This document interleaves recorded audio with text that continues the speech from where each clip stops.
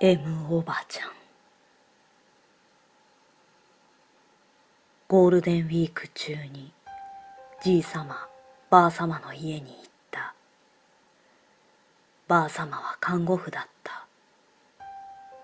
私、何か怖い話しない？ばあさま、ないね。何号室の誰々さんが出たとか聞いたけどね。私、そっか。ばあさま、ナースステーションに何人かでいたとき、カラカラって病室のドアが開く音がしたり、車椅子のキーキーって音聞いたくらいだね。私、それ十分怖い。病院以外でなんかない？ばあさま、そうだね。で、何個か怖い話を聞かせてくれた。あんたが小さい時よく遊んでもらった M おばちゃん覚えてるかい？ M おばちゃんね、亡くなった後2、3年この家にいたのよ。M おばちゃんってにゃん、猫の名前、飼ってたおばちゃん？そうそう、なんだかね、未練があったんだと。以下、ばあさまの話。M おばちゃんは生前、とても優しいおばちゃんだった。あくまで他人に対しては優しかった。身内である兄弟には一切心を閉ざし、口をきかなかった。A おばちゃん、M おばちゃんの妹とは特に仲が悪く、会えば必ず喧嘩をするほどだった。そんな M おばちゃんが病気で亡くなった。病気のことを誰にも言わず、一人でひっそりと家で息を引き取った。ばあさまは娘2人と遺品を整理したが、遺言らしきものは見つからなかった。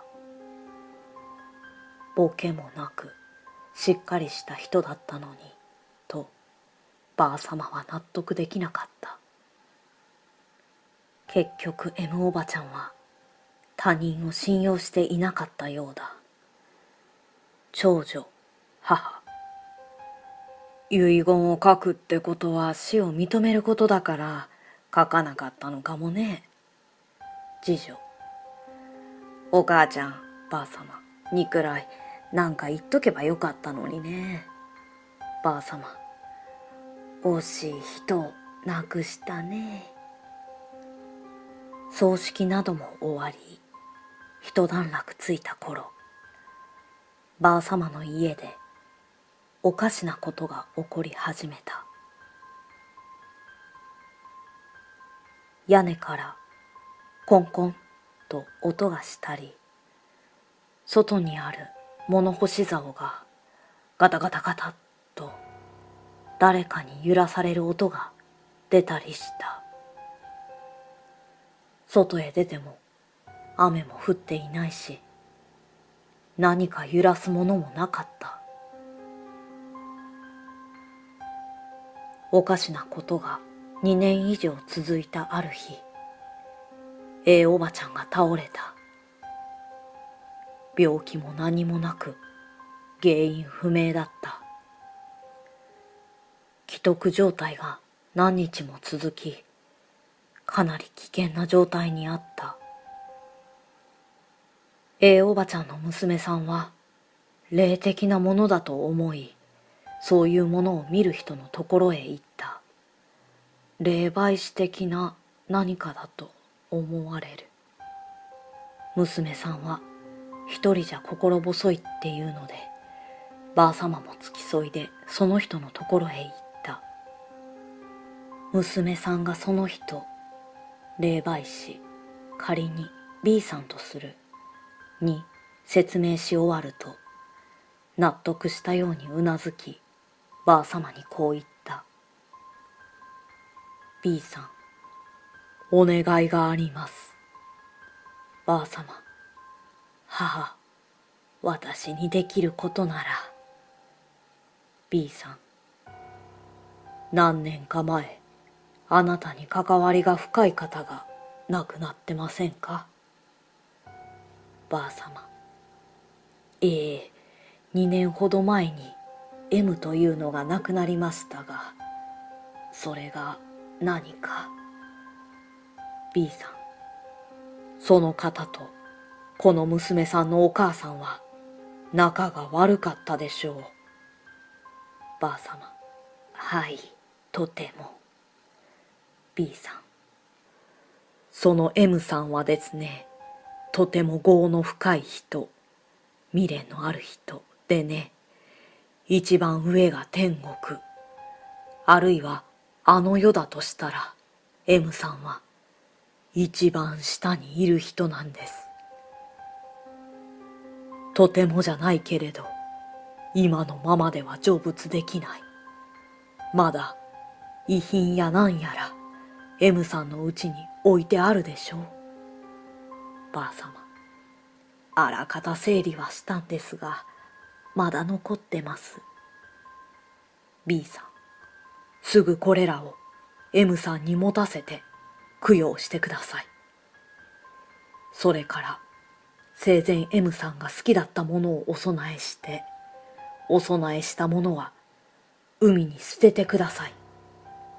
ばあさま、それと A さんと何か関係があるのでしょうか。B さん、M さんは A さんを向こうへ、あの世へ連れて行こうとしています。ばあさま、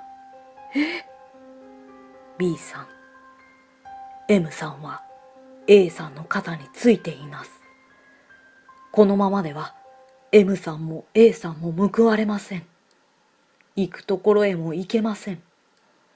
どうか M さんの遺品を M さんに持たせ、お供えをしてください。お供え物は1週間に1度。お供え物はその日のうちに海に捨てる。これを3ヶ月ほど続けてください。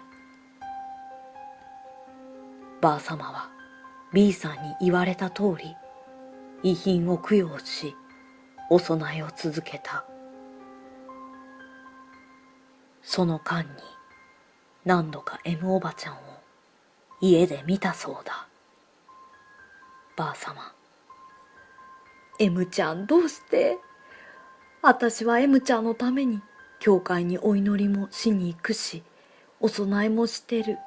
なのにどうしてまだいるの？早く向こうへ行っちゃって。ばあさまは M おばちゃんを見かけるたびこう言ったそうだ。M おばちゃんはキリスト教だった。B さんの言う通りにしたからなのか、あるいは A おばちゃんが頑張ったのかはわからないが、A おばちゃんはなんとか回復した。ばあさま、M おばちゃんの着物やなんやらはまだ残ってたし、にゃんはうちにいたから気になってたんだろうね。私、にゃん、誰にも懐かなかったしね。M おばちゃんが好きだったんだろうね。私もばあさまもこの話をしながら泣いてしまった。この話を聞いた夜、どうやら私といとこ家族が来たせいか、M おばちゃんが家に来たっぽい。夜中まで私一人で起きていたら、屋根を歩く音がした。はじめ、カラスが屋根にいるのかと思ったが、どう考えても人が歩く音だった。実家の異変。昔嫌な体験をしましたので、それについて話をさせてもらいます。当時僕は大学を卒業したばかりのサラリーマンで、東京で一人暮らししていました。社会人になって初めてのゴールデンウィークということで、栃木にある実家に帰ることにしました。実家までは車で帰りましたが、途中で渋滞に遭ってしまい、疲れてきたので、途中でサービスエリアに寄り、休むことにしました。そんなこともあり、結局実家に着いたのは、夜の10時過ぎになってしまいました。家に着くと、とても嫌な感じの重い空気が流れているのを感じました。僕は霊とかそういうものは信じてないし、霊感なんて無関係という人間ですが、その異常な邪悪な空気を感じることができました。しかし、その時はあまり気にせず、家の中に入りました。家では両親がまだ起きてて出迎えてくれました。そして両親と会社のことなど取り留めのない話をしていました。両親からここにずっといなさいみたいなことを言われ、その時は自分がとても心配されているんだなと思い、嬉しく思いました。しかし、僕はこのまがまがしい空気が気になっていたのと、夜も遅く疲れていたこともあり、自室で休むことにしました。僕は寝ようとは思いましたが、少しも寝つけませんでした。僕は何かがおかしいと布団の中で考えていました。何か変だ。すでに夜1時近くになっていました。居間の電気は消えていて、両親はすでに寝ているようでした。僕は喉が渇いてきたので、台所へ行き、何か飲み物はないか、冷蔵庫を開けました。すると、ひどい匂いがしました。なんだと思い、電気をつけ、調べようとしましたが、なぜか電気がつきませんでした。しょうがないので、携帯電話の明かりで調べると、どうやら冷蔵庫の中のものが腐っているようでした。賞味期限を見てみると、すべての食品が5年近く前になっていました。僕は嫌な予感がしましたが、両親に聞いてみようと両親の部屋に行きましたが、誰もいないどころか、布団さえ敷いていませんでした。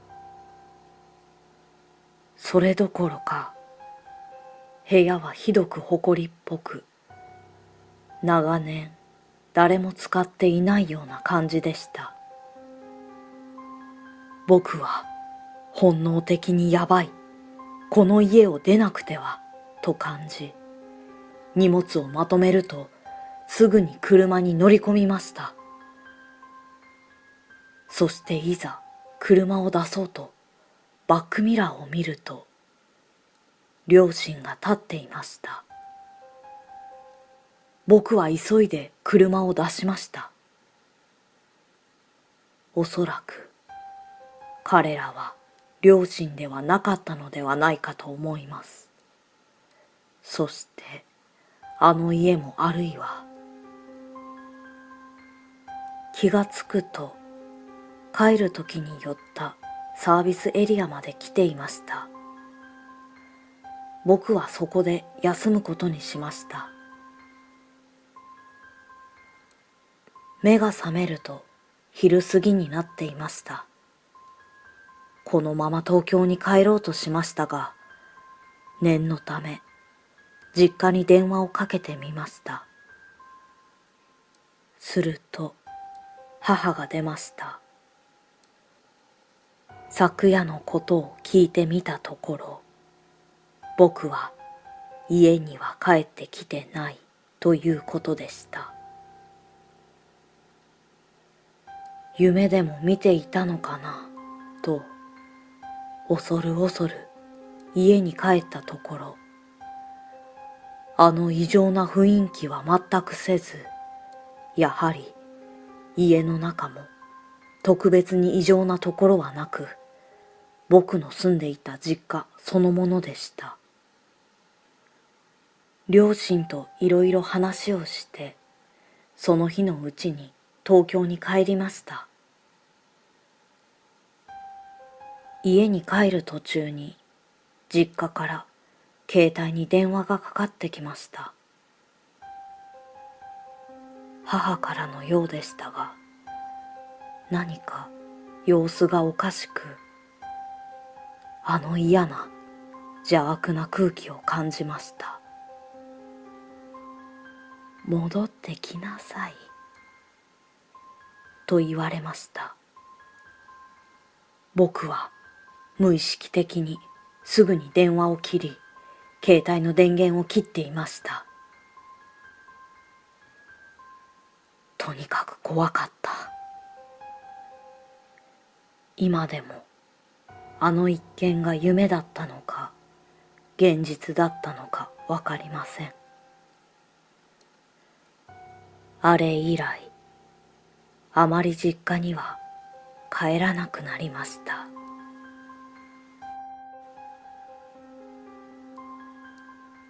サイレン。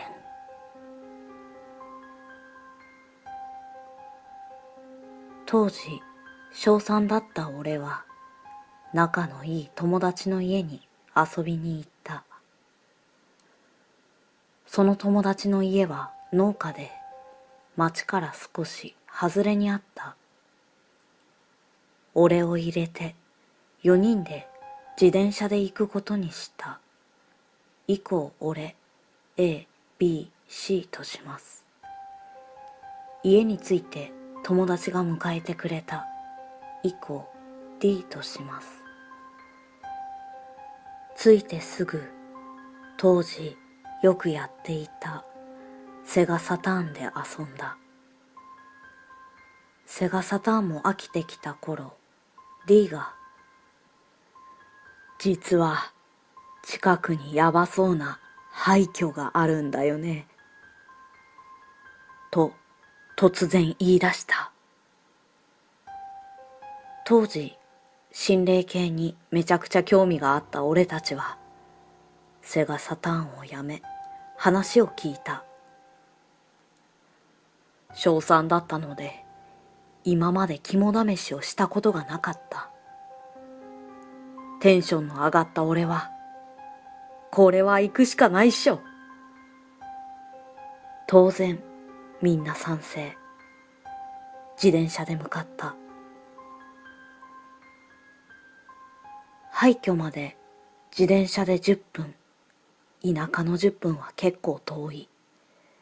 廃墟まではいくつか難所がある。身代わり地蔵が5体並んでるとか、工場のため池みたいなのがあって、そこでは事故が多発するとこで常に花が置いてあるとか、後にそこでも体験。みんなテンションがおかしかったから猛スピードで廃墟に着いた。着いて間もなく血の気が引いた。A と C はすぐに帰りたがった。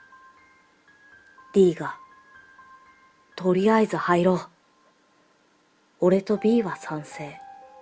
A と C も賛成して入ることにした。ドアを開けた。と、映画のような効果音がしたと同時に生温かい空気を感じた。意外な広さにビビりながら周りを見渡した。隣のトトロのあの家に似てる。みんな固まって歩いた。俺は最後尾で、D と B が先頭で、まず台所のようなとこに向かった。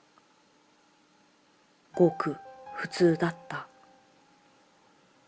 次に居間に行くと、それまで静かだった B が足を止めた。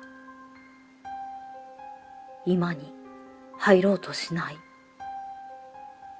何これ、足動かん。他のみんなは居間に入っている。B からは涙がこぼれている。しかもその涙は自然に出ている感じだ。それを見てただごとじゃないと思い、居間を出て B を掴んだ瞬間、大きな音が家中になった。その音は空襲警報みたいなサイレンっぽい音で、みんな条件反射でしゃがんだ。誰かが台所と密かに叫んでいるのが聞こえ、台所の方を見ると男が立ってる。白衣らしきものを着て後ろを向いている。みんな耳を押さえながらそいつに釘付け。その男はゆっくり振り返ってポケットに手を入れて無表情でこっちへ向かってきた。無我夢中で玄関へ走った。動けなかった B も走ってた。玄関にたどり着いたがドアが開かない。やめよ。もう号泣。その時サイレンが止んだ。サイレンは止んだが足音は聞こえてる。振り返ると白衣の男が目の前にいた。みんな凍りついて立ち尽くした。D だけがドアを開けようとしていた。白衣の男は奇声を上げるように笑い始めた。それと同時にまたサイレンが鳴り始めた。その時ドアが突然開き、みんななだれるように外に出た。自転車に飛び乗り逃げた。逃げながら後ろを見ると、ドアが静かに閉まっていくのが見えた。自転車で友達の家に逃げ着いて、友達のお母さんに訳を話したら叱られた。そのお母さんもその廃墟のことを知ってました。この体験が最初にして一番強烈でした。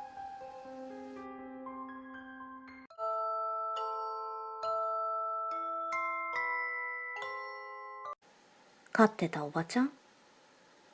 そうそう、なんだかね、未練があったんだと。以下、ばあさまの話。M おばちゃんは生前、とても優しいおばちゃんだった。あくまで他人に対しては優しかった。身内である兄弟には一切心を閉ざし、ばあさま、そうだね。で、何個か怖い話を聞かせてくれた。あんたが小さい時よく遊んでもらった M おばちゃん覚えてるかい？ M おばちゃんね、亡くなった後2、3年この家にいたのよ。M おばちゃんってにゃん、猫の名前。口を聞かなかった。A おばちゃん、M おばちゃんの妹とは特に仲が悪く、会えば必ず喧嘩をするほどだった。そんな M おばちゃんが病気で亡くなった。病気のことを誰にも言わず、一人でひっそりと家で息を引き取った。何号室の誰々さんが出たとか聞いたけどね。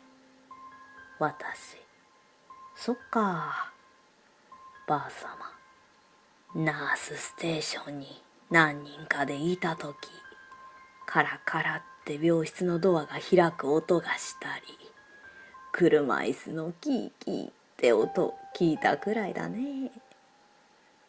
私、それ十分怖い。病院以外でなんかない